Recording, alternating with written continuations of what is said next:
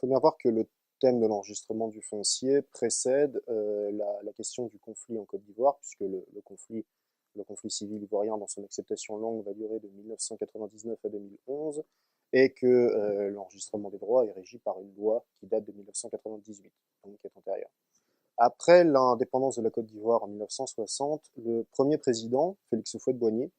va maintenir une politique qui avait été initiée à l'époque coloniale, de migration organisée de travailleurs agricoles, principalement vers des fronts pionniers de l'ouest de la Côte d'Ivoire, l'ouest forestier, pour développer la culture du cacao. Donc dans cet ouest forestier, c'est le centre-ouest, le sud-ouest de la Côte d'Ivoire. Les autochtones ne vont pas avoir d'autre choix que d'installer ces personnes, ces exploitants agricoles qui arrivent. Et c'est une situation, il faut quand même le préciser, dans les années 60-70, qui ne va pas créer de frustration particulière. Pour deux raisons. À ce moment-là, déjà, il y a un fort disponible foncier, c'est-à-dire que quand les étrangers arrivent, on leur donne une partie de la forêt et à leur charge de la défricher et puis de commencer à cultiver la terre. Et puis, eh bien, les enfants autochtones, hein, les enfants des installateurs, ne vont pas, eux, travailler sur les terres. Ils vont plutôt chercher à migrer vers les centres urbains où ils vont aller à l'école, où ils vont suivre des études et essayer d'avoir des emplois salariés ou des emplois de fonctionnaires, enfin, qui, de leur point de vue, vont leur donner des meilleures conditions de vie que le village et le champ. Donc, pas de frustration particulière à ce moment-là, jusque dans les années 1980, où là, la crise économique et la baisse du cours des matières premières ont créé une crise économique générale en Côte d'Ivoire. Et donc, à ce moment-là, eh bien, la crise de l'emploi urbain a également conduit pas mal de ces personnes qui étaient parties en ville à revenir dans leur village pour récupérer les terres qu'ils pensent, voilà, les terres familiales qu'ils pensaient avoir encore. Sauf que ces terres ont été vendues à des non-autochtones, il n'y en a plus forcément de disponibles, et puis il faut bien voir à ce moment-là que dans les années 80, de toute façon, ces personnes non-autochtones continuent d'arriver du nord du pays, du Burkina Faso, voilà, donc ces personnes-là continuent d'arriver, et ça crée des conflits. Ça crée des conflits parce que les autochtones considèrent que eux, comme traditionnellement on ne peut pas vendre la terre, eh bien la terre leur appartient. Et d'un autre côté, les exploitants, eux, s'appuient sur le fait que ils ont acheté la terre, déjà d'une part, et de deux, que d'après la maxime qui avait été prononcée par le président Félix Houphouët-Boigny lui-même, en Côte d'Ivoire, la terre appartient à celui qui la met en valeur. Donc, sous la présidence d'Henri Konan Bédié, la loi de 1998 va être promulguée avec en son article 1er une disposition qui va attiser les tensions, qui est celle que seules les personnalités nationalité ivoirienne peuvent être propriétaires du domaine foncier rural. Donc ça va créer énormément de tensions, alors même que la loi n'entre pas en application, puisque dès 1999, un coup d'État renverse le président, c'est le début de la période de trouble, mais toutes ces tensions autour du foncier, particulièrement dans l'Ouest, vont venir s'agréger aux violences du conflit. Et même si les acteurs de la paix en parlent assez peu pendant le conflit, ça apparaît comme un thème majeur à prendre en compte dans la partie, dans le post-conflit, au moment de la sortie de conflit, parce qu'on se dit que ces conflits fonciers latents, particulièrement dans l'Ouest, pourraient à tout moment faire revenir la guerre civile. Et la façon dont on va essayer de les régler, c'est justement en essayant de mettre en application cette politique d'enregistrement des droits, donc la loi de 1998.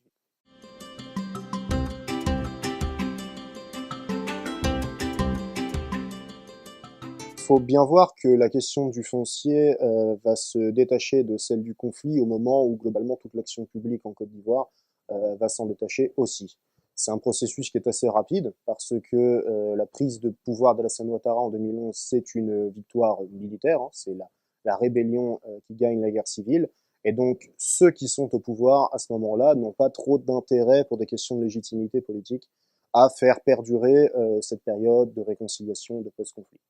Le deuxième aspect, eh bien, c'est que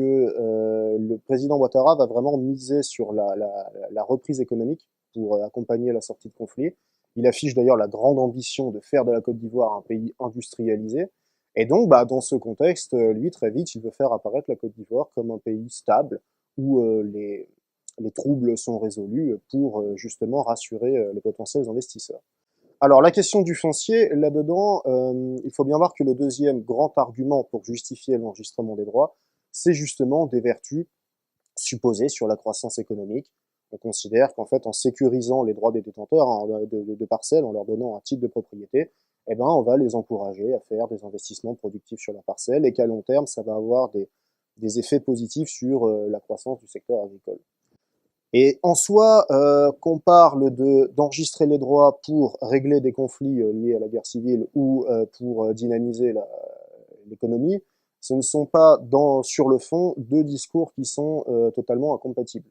Mais sur la forme, ce glissement en fait vers le développement économique va nécessiter quand même de réformer pas mal le processus de formalisation foncière, parce que celui de la loi de 1998 considère qu'il dysfonctionne sur tout un tas d'aspects,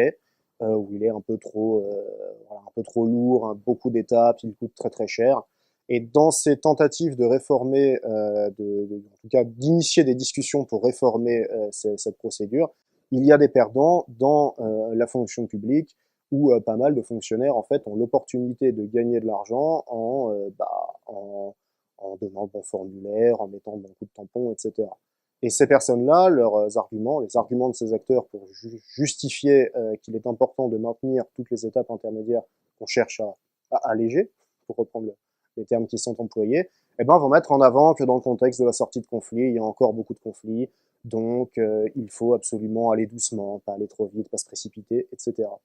Et ce discours va devenir contre-productif finalement dans en tout cas l'appui qu'on essaye d'apporter à la politique foncière,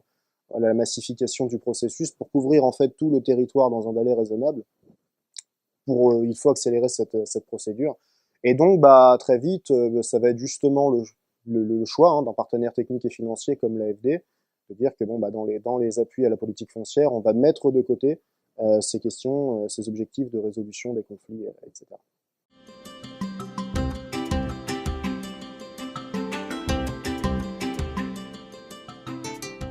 Bien, dans la mise en œuvre concrète des processus d'enregistrement, déjà, à partir du moment où on ne va plus faire de l'enregistrement pour régler des conflits, on n'a plus besoin d'aller se confronter aux fortes zones de tension, donc, notamment l'Ouest hein, que j'ai déjà cité. On va plutôt chercher, d'abord, il a fallu montrer que cette procédure d'enregistrement des droits telle que prévue par la loi de 1998 était lourde et qu'il y avait des manquements à consolider. Donc ça a été le choix d'un partenaire technique et financier comme l'AFD dans le programme Parfaci, hein, le projet d'appui au renforcement des filières agricoles de la Côte d'Ivoire. Il y avait un volet foncier où dans quelques villages pilotes, on a testé cette expérimentation des dispositions de la loi de 1998. Et là, ça a vraiment été l'objectif d'aller dans des zones réputées calmes, où il y avait assez peu de conflits fonciers, eh bien pour pouvoir tester le processus, identifier les blocages qui ne soient pas simplement des conflits fonciers locaux, qui auraient finalement invisibilisé les défauts, appelons-les comme ça, de la procédure, et ça aurait affaibli la démonstration. Donc il y a déjà cet aspect-là. Et puis à partir de 2018, il y a un nouvel acteur qui crée l'Agence foncière rurale de Côte d'Ivoire, l'AFOR, qui est créée et qui dans les faits va devenir l'unité de gestion de pilotage des projets des bailleurs, des partenaires techniques et financiers. Et cette agence, elle a des objectifs d'efficacité, elle a besoin de faire du certificat en nombre, et d'ailleurs elle va le faire. Elle va faire des certificats